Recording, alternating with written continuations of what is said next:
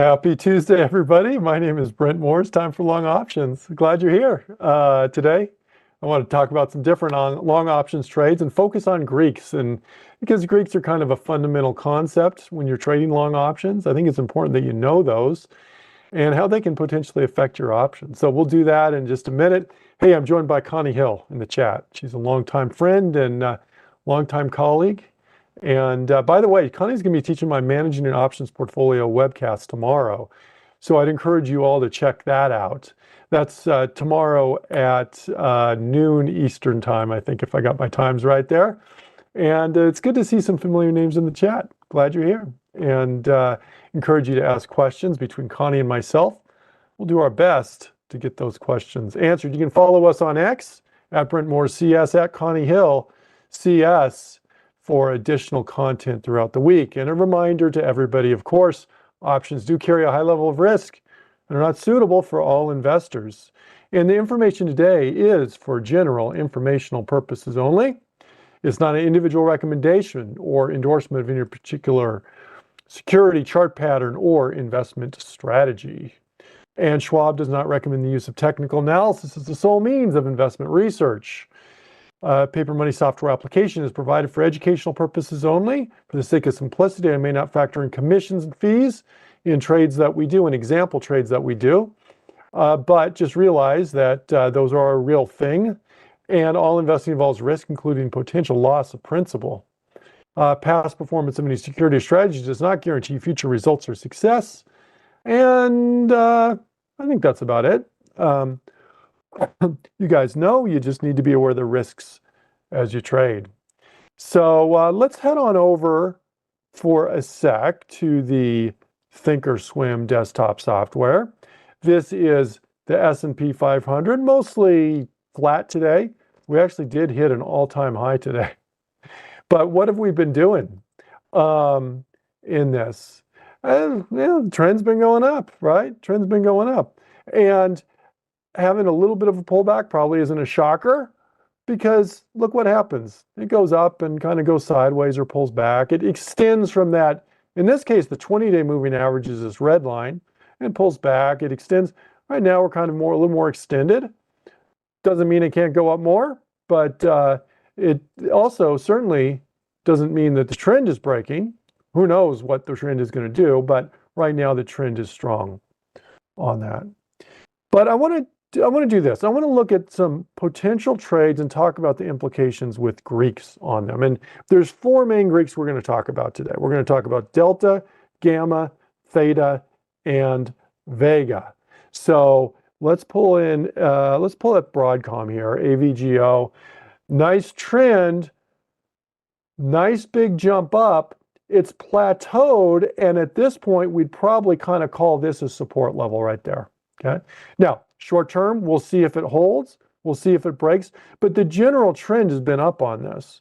So if you're going to do a trend trade, one of the considerations you may have is, which strike do I buy? And the strike affects the delta.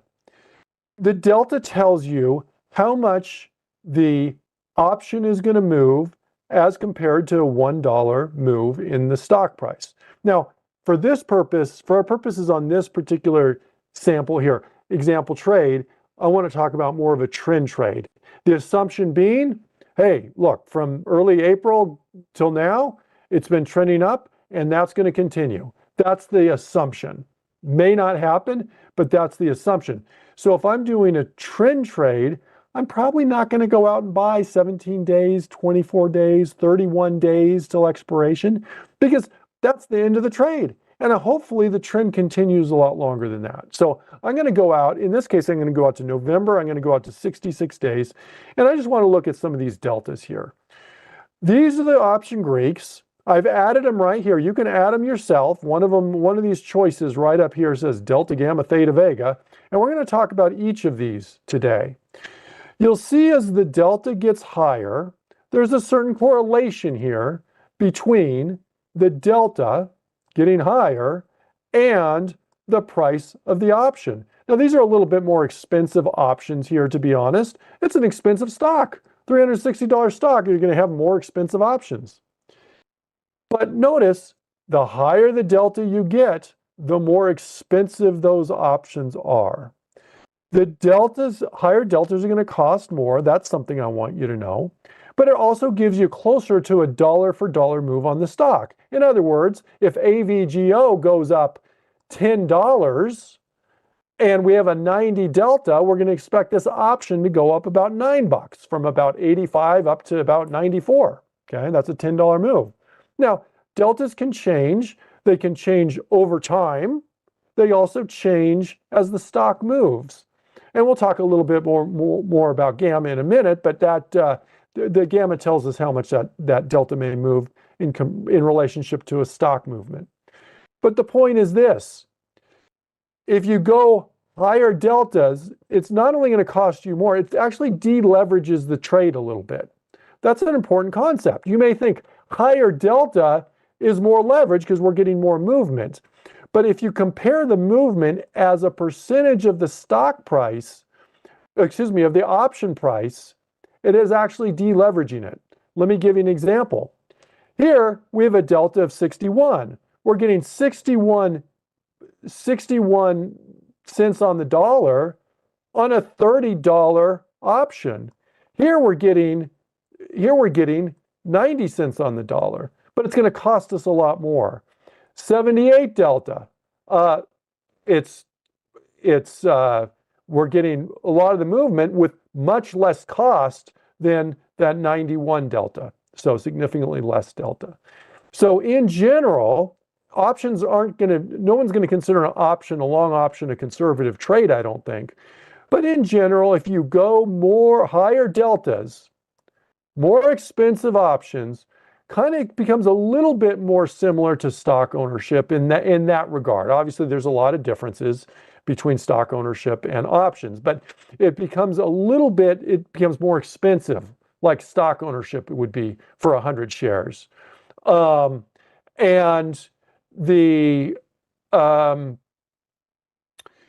of course, there's an expiration date that's different than stock ownership as well. But so that's how that. Now, practically what delta do we use? Well, in this webcast, and this isn't an overall recommendation necessarily, but for these trend trades, often we're doing 60 to 70 delta. You can go higher, you can go lower, just know the pros and cons, and that's what we're trying to demonstrate there. Now, John said, do you have a greater chance of being called out? Well, keep in mind, if you're a long option buyer, calls or puts, you control what the expiration is. Excuse me, when it is exercised. Okay, if you sell the option, if you're an option seller, then you're subject to assignment at any time up to expiration. Okay, so no matter how in the money it is, but in general, the more in the money you go, if you are short the option, which isn't the normal subject of this class, but if you're short the option, the greater your chance of getting assigned early. But as option buyer, you get to control that. Okay, so that's that. So we're going to go in the money here, typically here, and so that I'm going to do, we're going to look at this 67 delta. I'm going to look at this. I'm going to look at my bid-ask spread here, and we're going to place this trade. I want to make sure this bid-ask spread is fairly tight to one another. It's about a 25-cent difference between my bid price and my ask price. Well, on a $37 option, that reflects a pretty small percentage of the overall price. So no problem there. I'm not going to put a target price in, but I am going to put in an exit order in case things go south on us, okay? And so I can put that in as a percentage of the option. That's no problem. You can also go here and you can say, well, look, I want to just put an exit if this breaks down. Okay, you could say below this support level, or maybe below this support level, and say if it breaks down below there, where's our stop? 336. If it breaks down below, maybe hit the 330 level or something like that, we're just going to get out of that trade. You can do that. We do that very often in this webcast. We put trades, exits based on the stock price, but we can do them based on the option price as well. We were going to do this contract. I'm just going to right click on it. I'm going to buy custom with a stop.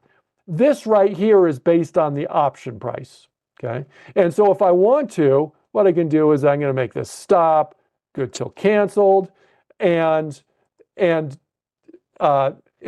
look, if I'm buying at 37.40, okay, and let me just adjust, let me unlock that here. That's the natural price, okay?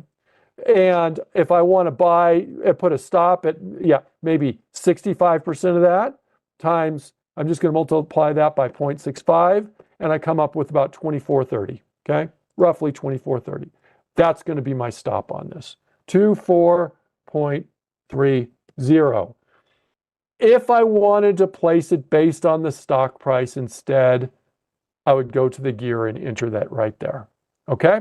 So, in the chat, George said, more expensive. George is referring to a higher delta. More expensive, but there's more intrinsic value baked in. Absolutely, that's the case there. And I mean, this is a fairly expensive option. One contract is going to cost us about $3,700. Expensive stock, potential for, well, let's click on confirm and send.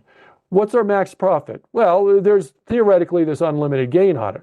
Our max loss, this is not assuming we're getting stopped out, because stops aren't guaranteed to get us out at whatever price we put in.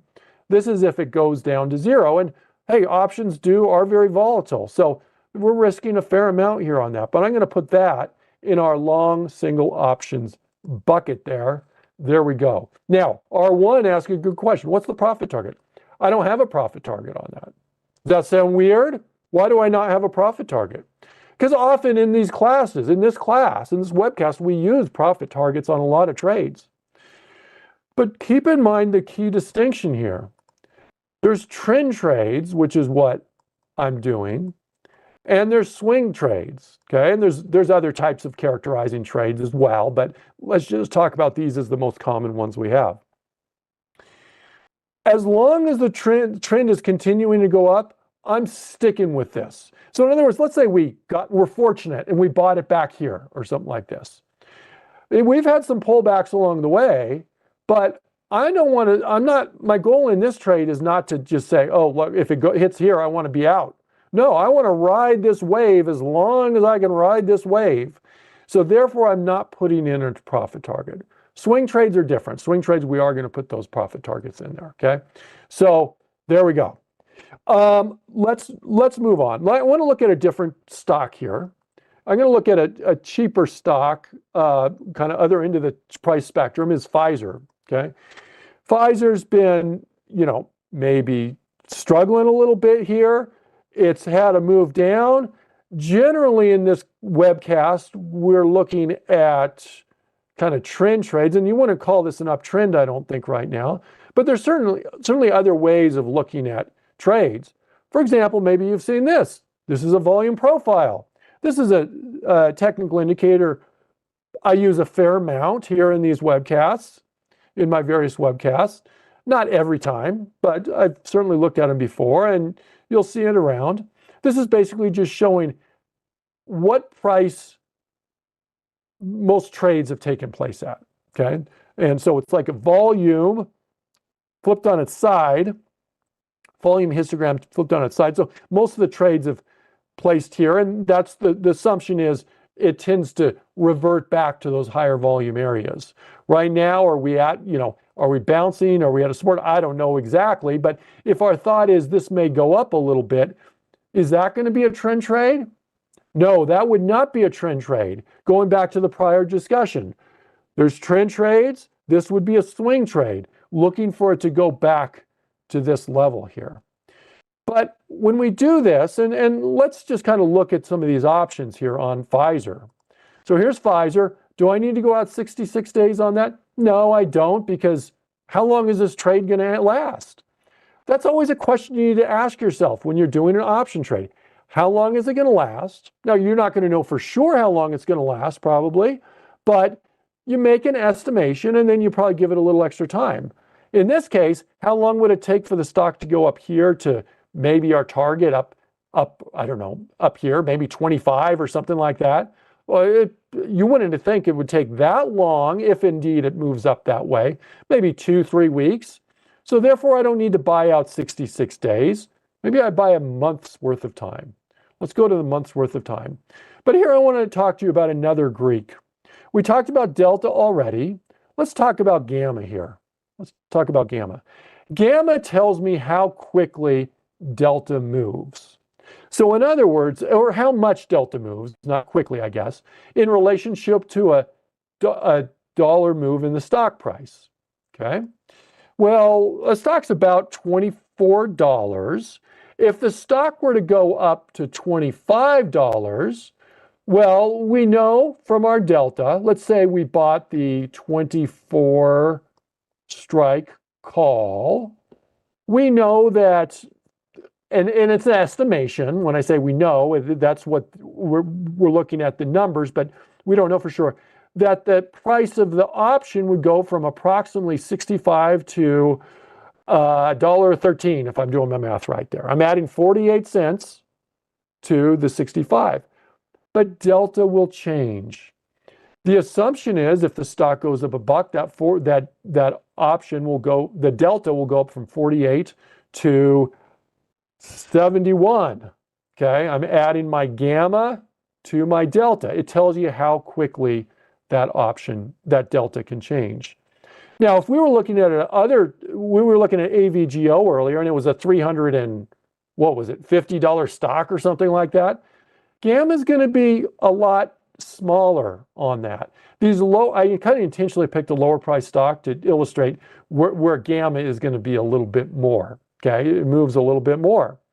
Now, gamma can benefit you if the stock goes up. If Pfizer goes up here, if we buy the call, that means that delta is going to ramp up more and more, generating more and more potential profit from that trade. That's great. That's the nice thing on that. And if Pfizer goes against us and we buy the long call, it's actually reducing the delta. So actually it's going to be hurting us less. It'll still be hurting us. We can still lose everything, but it'll be hurting us less. That's kind of how gamma works. On long options, long calls, long puts, if it goes the direction that you want it to go, so in the case of long call, it goes up, stock goes up. In the case of long put, the stock goes down. The gamma is going to help increase the delta, or absolutely the absolute value of the delta, because delta is negative on a long put, and can actually benefit your trade in that regard. All right. And if it goes against you, then it tends to lower that delta, or the absolute value of that delta. That's one nice thing with long calls or long puts, long options. And that's the subject of the class here. Hovis said, what about doing an iron condor on Pfizer? You can do that, but it's outside the scope of this class, right? This class is on long options class. All right. So a good question, though. Very good question. So let's talk about one other aspect of gamma here. Gamma, the implications of gamma are that it can change a trade from bad to good or good to bad very quickly if gamma is high. Well, if as you get closer to expiration, gamma tends to go up. For example, let's look at 3 days to expiration here. Let's look at our gamma. Gamma is 57. So in other words, a $1 move in the stock price is going to change this delta basically either down to 0 essentially, or up to, almost 1. In other words, this can flip. It flips the script very quickly as we get closer to expiration with gamma. We call this gamma risk.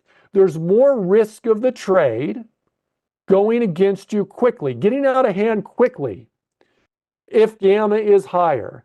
That is one reason that very often on option trades, doesn't matter whether they're long calls, long puts, short put verticals, or whatever else, as you get right near expiration, often traders will try to avoid being in that trade with just a few days to go. Okay? Because that gamma risk, gamma goes up. See those higher values on gamma? And we don't want the trade to just like, you'd be doing good. Have you had that experience? The trade's going great. Wonderful. You turn your back, you look back again, and the trade's gone to pot.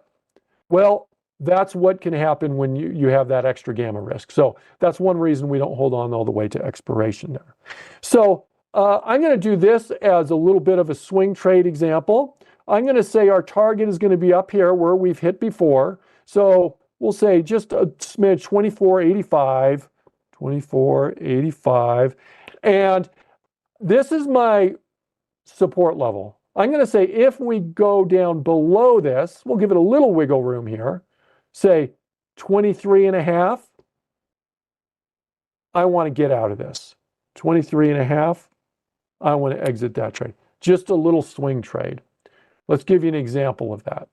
So here I'm going to go just in the money, just a little bit. Well, there's really no just a little bit. We either go from a 48 delta, this is actually just a little bit out of the money, or a little ways in the money. I certainly would be happy with going with a lower delta there, but I'm going to go here on this just to keep it in the money.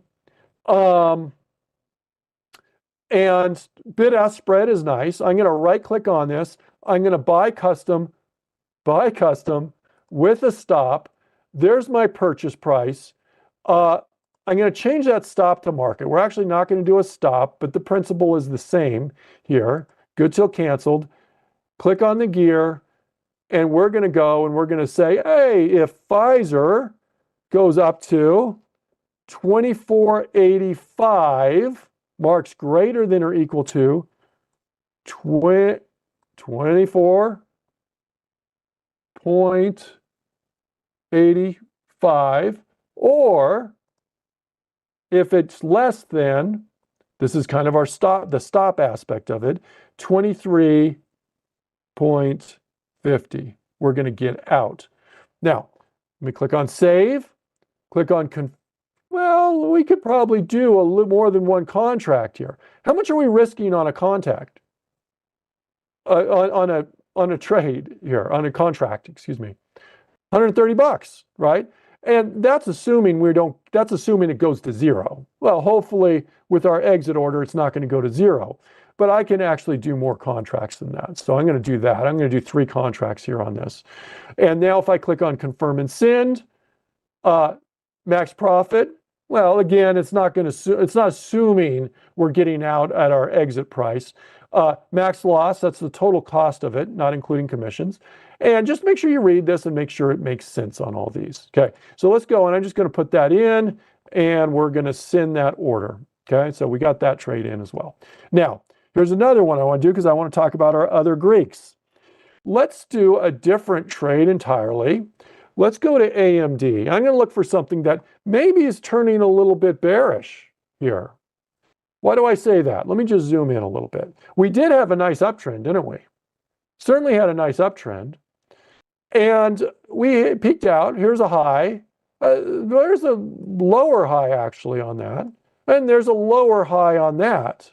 And then we had a low and maybe kind of equal low. Here's a lower low on that.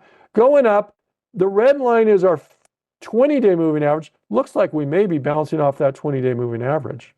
Okay, so I'm going to assume we're going to go down from here on this. And now, this is one where we could do a swing trade, we could do a trend trade, and there we go. So if we break above this level, I'm going to say about 165, we're just going to exit 165. Target, I'm going to go down here to about 150 as a target. That would be for a swing trade. Okay, there's our target. Target's below because this is a bearish trade. And stock right now is about 160. So difference between the stock price and our target is about $10. The difference between our stock price and our exit is about $5. That doesn't always translate perfectly to options, but usually it more or less kind of gives you a decent reward to risk ratio on that. But let's look at options here on this. Again, I'm not going to go out super long dated on this because, hey, it's a little swing trade. I'm just going to go out a month, or we can go out a little bit more. But let's talk about theta and vega, because that can certainly impact things. I don't need that many strikes to illustrate what I'm going to do here. If I go here, and let's go 3 days to expiration, and let's look at our thetas. Here's our theta. Theta tells you how much time decay is occurring on a daily basis on the option. Now, there's a lot of other factors that affect the contract price, but in terms of time decay, that's a mighty big component of that, 53 cents a day on this. Well, it's expiring in 3 days, okay? Time decay goes up as you get closer to expiration. Let's go out 31 days. How's that theta? Well, theta is much less. Instead of 50, it's 14. That sounds a lot better, okay? What if I go out 185 days? Instead of 14, it's 6. Theta is typically going to be higher the closer you get to expiration, okay? Typically, it's going to be higher the closer you get to expiration. Furthermore, if you look at theta, theta is going to be higher as if at the money contract typically. Stocks at 160, where's your highest theta? 160, okay? Let's go out to 31 days to go to expiration. Where's my theta highest? Well, roughly at the money. And it tails off the more in the money you go, tails off more out of the money you go. But that's theta. The bummer is this. Here's the bad thing. Time decay is going to work against you on long calls or long puts. Either way, it's just nature of the beast there on that. Now, you can do a spread trade, which isn't the subject of this class, which can help reduce theta, can also reduce your potential profits and your potential losses as well. So there's pros and cons to all these different types of trades. But in terms of theta, one of the things is this. You know, there's pros and cons to every trade. The great thing about long calls, long puts is, and we'll be looking at puts here because we're looking at a bearish trade, but the great thing about long calls and long puts is you have that really potentially very large gain if things go your direction. That's a great thing. One of the the downsides of it is time decay. Time decay is working against you there. Now, if we're buying a trend trade where we're planning on being in it longer, the good thing is the daily rate of time decay is going to be lower because we're buying more time. Here in this case, we're talking about a swing trade. We're buying less time, about a month. Theta is going to be higher than if we went out a long ways, but certainly not, it's not at its highest point. It's just going to go higher, but we're not planning on being in it so long. So part of it is it's unavoidable. It's like taxes, I guess, in that way. It's the cost of doing business, so to speak, in terms of long options, is the time decay can work against you, is going to work against you there. So we're going to be in this for just as long as we need to be, and we're just going to take the theta as part of the deal here.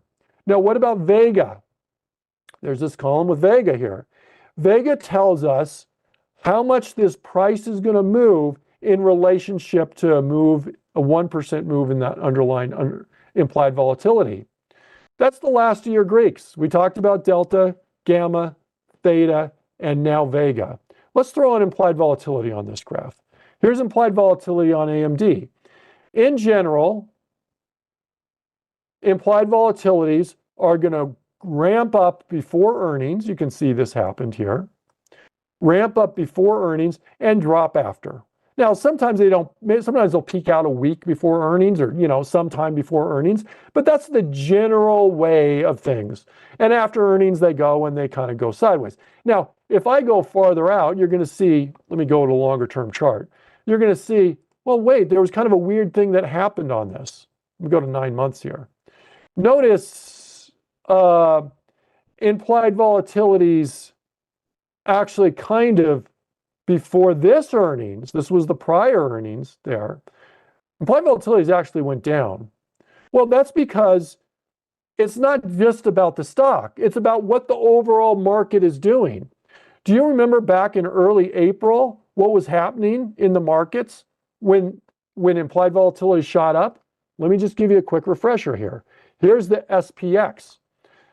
What was happening to the SPX, the S&P 500 at that time? It was kind of crashing at that time. And so there we go. That spiked implied volatilities on the S&P 500, and that affected, I think we were doing AMD, right? AMD.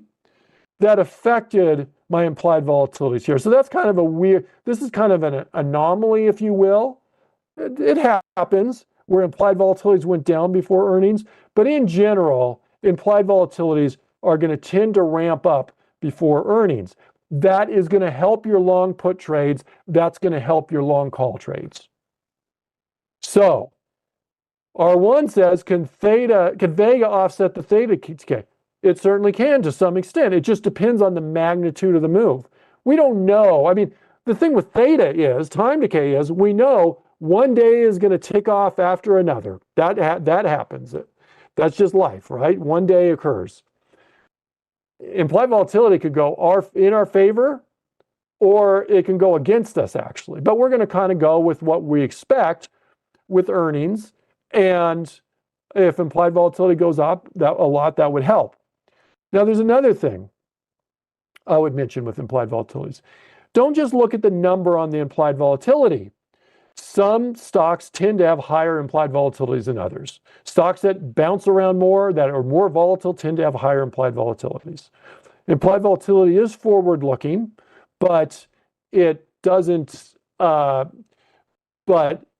past probably gives you something to say about how volatile a stock is going to be. Now, there's one other thing I wanted to mention on this, and that is typically implied volatilities tend to go up if the stock goes down. What we're planning on is doing a bearish trade. We already mentioned that. We're planning on doing a bearish trade where we're expecting the stock to go down a little bit. That would tend to ramp up implied volatilities. Now, if we're wrong and the stock goes here, hopefully we'll be out fairly quickly, that would tend to push down implied volatility. So it would actually be working against us in that way. So there you go. That's implied volatilities. Let's do a trade on here. Let's do a sample trade. I'm just going to go at 31 days. We said 165 and 150. I'm going to go at the money put. I'm going to double check my bid-ask spread. Stock's at 160. I'm going to go in the money one contract, 56 delta. Seems reasonable. Very often we'll go there. And I'm going to, do you see that? Did I click on that? Stock's at 160. So truly the at the money contract is 160. For swing trades, often I'll look for the at the money and they just go one strike in the money. That's not an absolute universal, you got to do it that way. That's just how we do it in this webcast typically.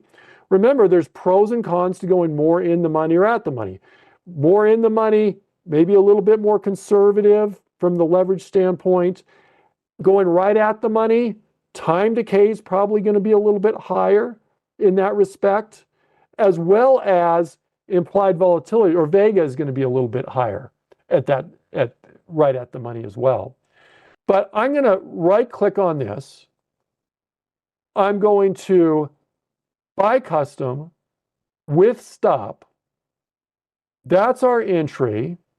I'm looking to enter now. I could wait if I wanted to and see, I only want to get in if the stock goes down some and hits some level. If that were the case, I could put a rules-based order on my entry as well. But in this case, I'm just going to enter now. I'm going to make this market good till canceled, and I'm going to put some rules on this. I'm going to say we're going to get out if AMD marks greater than or equal to, this is kind of our stop, so to speak, 165. AMD marks less than or equal to 150. I'm going to click Save, confirm and send. I'm just going to review this and make sure it makes sense for us. I think it does. So we're going to do that. I'm going to put long single options and send. Now, before I finish up, what I want to do is I want to answer a couple questions here. You know, sometimes we get these surveys in the chat, and sometimes people ask questions in those, and that's great. That's what we encourage you to do. I haven't seen a survey today, so we don't have one today, but there have been some questions that I want to answer.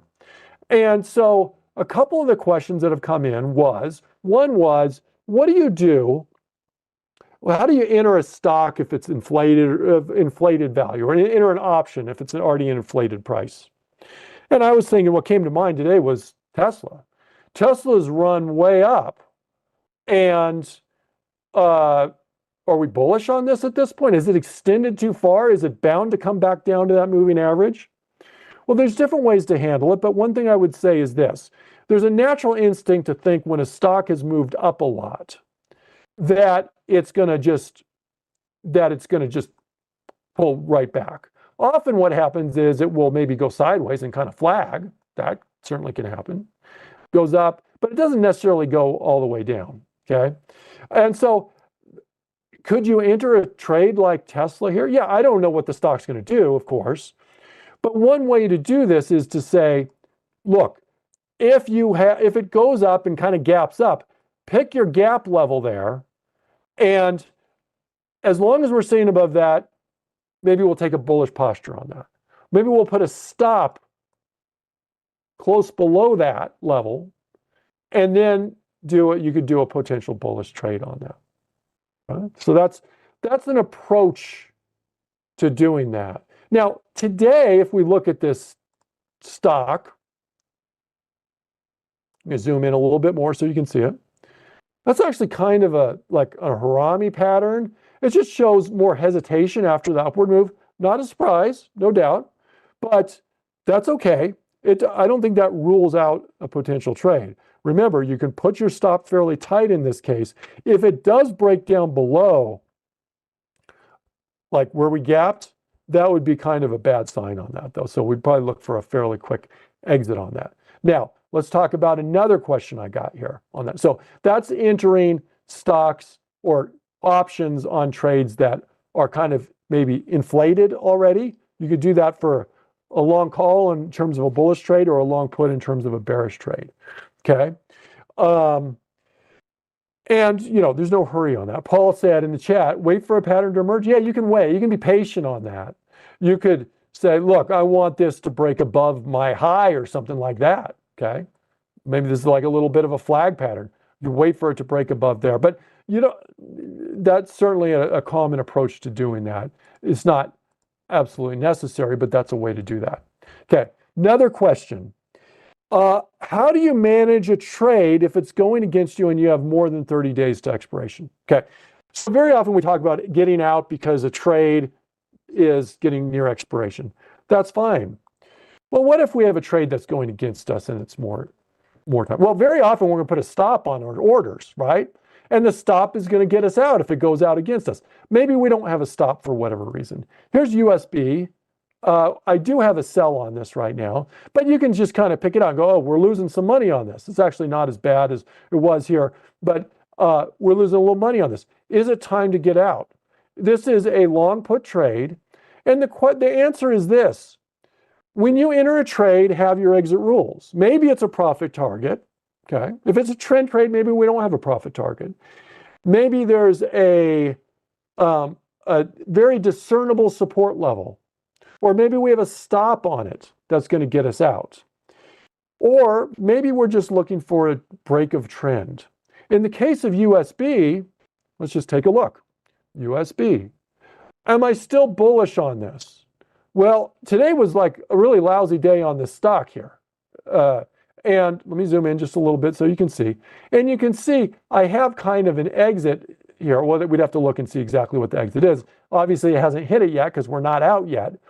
But the point is, this is going against us. If I'm still bullish, I did this as a bullish trade. And so if I'm still bullish, I'm willing to stick with this. But I'm also going to have my discernible exit on this. So it doesn't matter whether we're 30 days to expiration, 50 days to expiration, or whatever. If the trade turns from bullish to bearish and is breaking support levels, then we're going to get out. George said in the chat, get out if your latest outlook changes. Yeah, if you were bullish and now you're going, I'm not bullish anymore on this, then get out. I'm not willing to do that on USB at this point. And the reason is I'm going to call this a support level. Why? Because we bounced there and there and there and there. Well, that's kind of intraday here today. And we're right at that moving average. I'm going to give it a little more wiggle room on this, but I'm willing to get out here pretty soon on this here. So let's just take a look at USB real quick. And see what we got here. Here's my USB trade. And we're getting out if it goes below 47.47. Well, let's see what we got here. 47.47. So if it goes down here, we're getting out automatically. I'm just going to leave that in place. If you don't like that, you can tighten up a little bit maybe. But I think the jury's still out on this trade. So we're going to stick it. We're going to stick on that, okay? All right. There we go. All right. Hey, I hope today you got a clearer picture of your option Greeks. We talked about delta. We talked about gamma. We talked about theta. We talked about vega. And some of them, they can work for you or against you. On long calls, long puts, theta is going to work against you. But there's ways you can kind of minimize that. Hoping it was helpful. We gave you a variety of different trade examples. That's always our goal here in this trade. I want to thank Connie for helping me out. And I want to thank you. I know there's other things you could have been doing with your time, but you spent it with me and I appreciate you. Coming up next, we have, let's see, let me remind myself here on this. Getting started with technical analysis. Okay, Barb Armstrong teaches that class. Getting started with technical analysis. Make sure you check that out. Thank each of you for joining me today, and we'll see you all same time next week. Bye-bye, everybody.